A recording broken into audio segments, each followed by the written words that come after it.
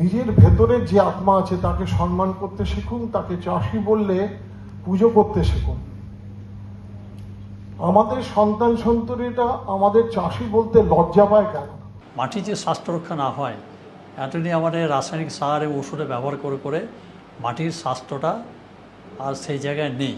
একদিকে রাসায়নিক সারের বেড়ে চলার দাম, অন্যদিকে চাষের জমিতে রাসায়নিক সারের কুপ্রভাব।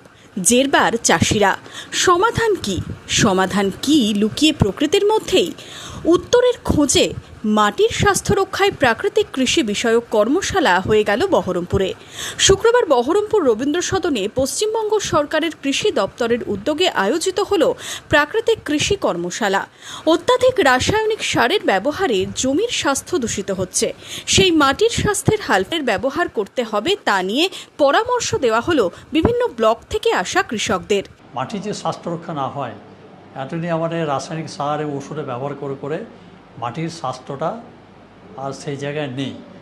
সেজন্য চাষের স্বার্থে, কৃষকের স্বার্থে এবং দেশের অর্থনৈতিক স্বার্থে আমাদের মাটির স্বাস্থ্য রক্ষা খুব জরুরি। কৃষকের কাছে মাটি হচ্ছে মা, এবং তাই মায়ের স্বাস্থ্য রক্ষার জন্য আজকে আমাদের এই কর্মশালা। এই কর্মশালা থেকে জেলায় জৈব ও প্রাকৃতিক চাষের নতুন সূচনা বলে মনে করছেন আধিকারিকরা। সকলের আশা, প্রাকৃতিক চাষে আসবে কৃষকের সমৃদ্ধি। প্রোগ্রামটা আমাদের এটা শুরু হলো, জৈব এবং প্রাকৃতিক কৃষির এটা সূচনা হলো। আশা করছি এটা থেকে, এবং আমি যা চাষিদের ইন্টারাকশন পাচ্ছি, সবাই খুব অনেক কিছু জানতে পেরেছেন, এবং মনে হচ্ছে আগামী দিনে ওরা এই পদ্ধতিতে চাষের দিকে এগোবেন। আর অলরেডি আমাদের এখানে 7টা ব্লকে প্রাকৃতিক এবং জৈব কৃষির জন্য সিলেক্ট করা হয়েছে এই কাজের সূচনার জন্য। আস্তে আস্তে আমরা সারা জেলায় এই প্রাকৃতিক কৃষি এবং জৈব কৃষিটা প্রসার ঘটাবো।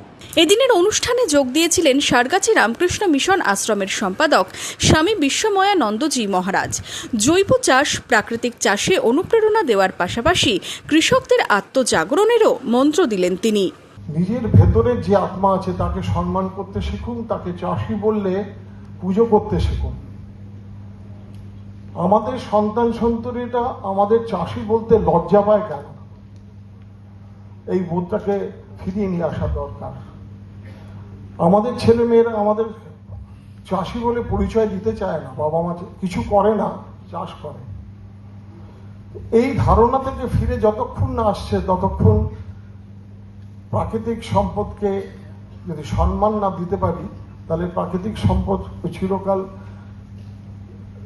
বইয়ের পাতাতে থেকে যাবে, আমাদের জীবনে আসবে না। আমরাই তার জন্য দায়ী।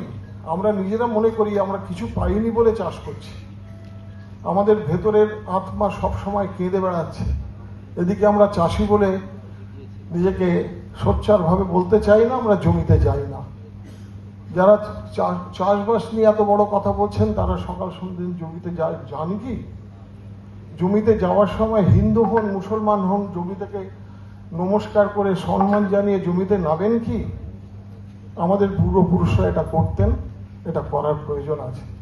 আমাদের ভেতরে যে কৃষক দেবতাটি রয়েছেন, সেই কৃষক দেবতাকে সম্মান জানিয়ে আজকে আমার বক্তব্য শেষ করছি।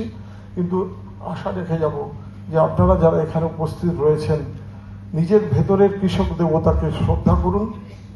সোচ্চার হওয়া পরের কথা, কাজকর্মের ভেতর দিয়ে প্রকৃতির সেবা করে নিজের জীবনকে সার্থক করুন। এদিন কর্মশালায় উপস্থিত ছিলেন কৃষি দপ্তরের আধিকারিকরা, ছিলেন প্রাণী সম্পদ উদ্যান পালন দপ্তরের আধিকারিকরাও। আলোচনায় এসেছে স্থানীয় জাতের বীজ ব্যবহার, জমিতে জৈব পদার্থ বাড়ানো, নিয়মিত জীবামৃত ও বীজামৃতের ব্যবহারের মতো সমাধানের কথাও। রাসায়নিক সারের ব্যবহার কমিয়ে ফসল চক্র অনুসরণের সমাধান দিয়েছেন আধিকারিকরা। প্রাকৃতিক চাষে কি ফিরবে চাষির সুদিন?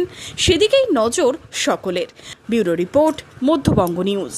মনমোহিনী হেলথ কেয়ার, স্বাস্থ্যসেবায় অটুট শ্রেষ্ঠত্বের শিরোপা।